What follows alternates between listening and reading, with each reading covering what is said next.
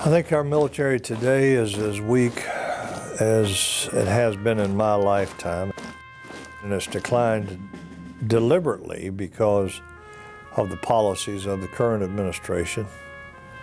It has declined significantly, and remember that the mission of the military is to win the nation's wars. It has no other mission. Under President Joe Biden, America's military is going woke. It is focusing time and attention on radical left-wing ideas, such as transgenderism, critical race theory, diversity, equity, and inclusion initiatives. Well, unfortunately, sometimes we have political administrations that come in, and instead of seeing the military for what its real purpose is, they want to use it for sort of their social policy. Diversity, equity, and inclusion sounds like a wonderful idea. But when you begin to unpack it, you realize that it actually works against us, even in race relations, rather than for us. In 2021, Senator Marco Rubio and Congressman Chip Roy argued in an 18-page document that the White House's sustained assault, fueled by woke virtue signaling, is eroding our greatest source of security in the world. I think the report from Senator Rubio and Congressman Roy is a very necessary and important step in revealing to the American people, right? Because the military works for the American people. The American people support the military, but it has to be a two-way street. And so this report was important for opening the American public's eyes to seeing exactly what's happening inside the military. I think in many ways, the American people still have this somewhat antiquated view of the military as sort of this last bastion of conservative, traditional American values, and that's no longer the case. Individuals suffering from gender dysphoria are now free to serve in the military, thanks to an executive order President Joe Biden issued just hours after his inauguration. The military also provides time off for active military to undergo sex change surgeries at taxpayer expense.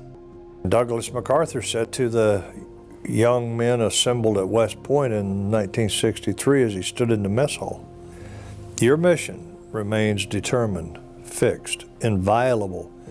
It is to win the nation's wars." That has not changed.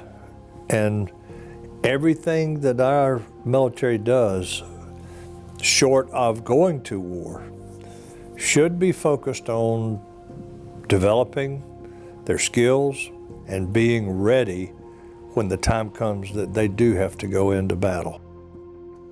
Unfortunately, today we are seeing a period where we're wasting a lot of time that should be used preparing for the ultimate battles. We're wasting a lot of time with things like critical race theory and inclusion and social justice and all of these things that contribute nothing to the readiness of our military. So I'm very concerned about it. The U.S. Navy is facing backlash for a recent partnership with a drag queen influencer on social media. Active duty sailor yeoman, second class Joshua Kelly, whose alter ego is drag queen Harpy Daniels, was named the Navy's first digital ambassador. Leave the saving of the world to the men? I don't think so. Former Navy SEAL Robert O'Neill tweeted out in response, "All right, the U.S. Navy is now using an enlisted sailor drag queen as a recruiter. I'm done."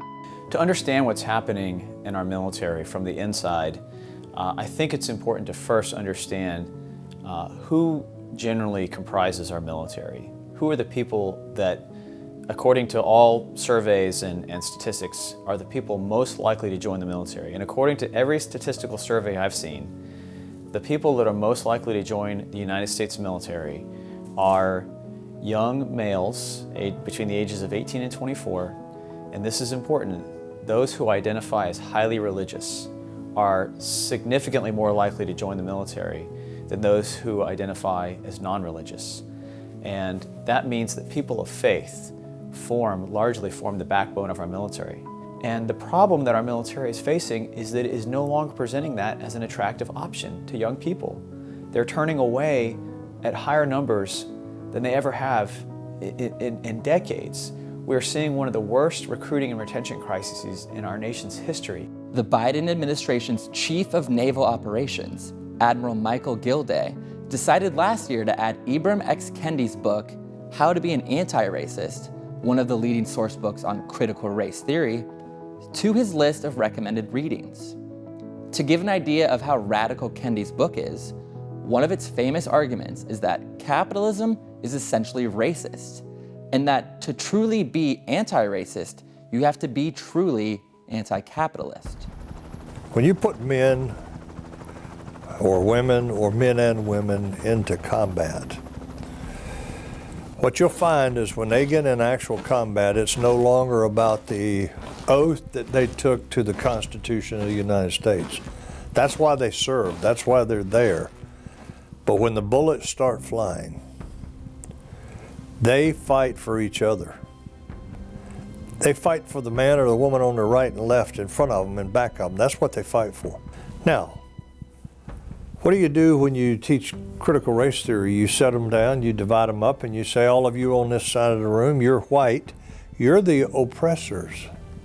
And all of you on this side over here, you're the black or the brown, and you're the oppressed. These people and their generations before them have been oppressing you. You don't have a chance because these people and their predecessors abused you.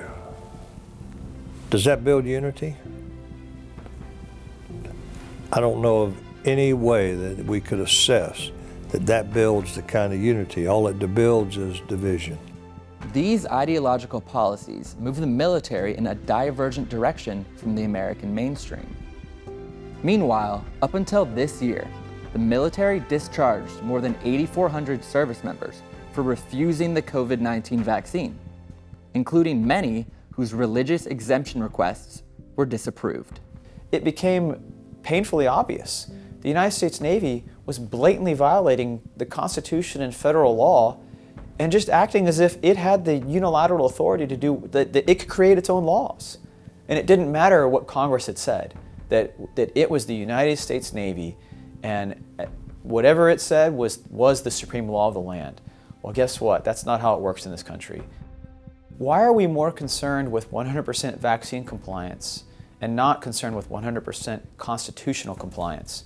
We should be far more concerned with complying with the Constitution than complying with some presidential, executive mandate that wasn't issued by Congress. Kelly Shackelford's First Liberty Institute recently represented a group of 35 Navy SEALs whose careers and livelihoods were threatened because of their religious beliefs on the COVID vaccine.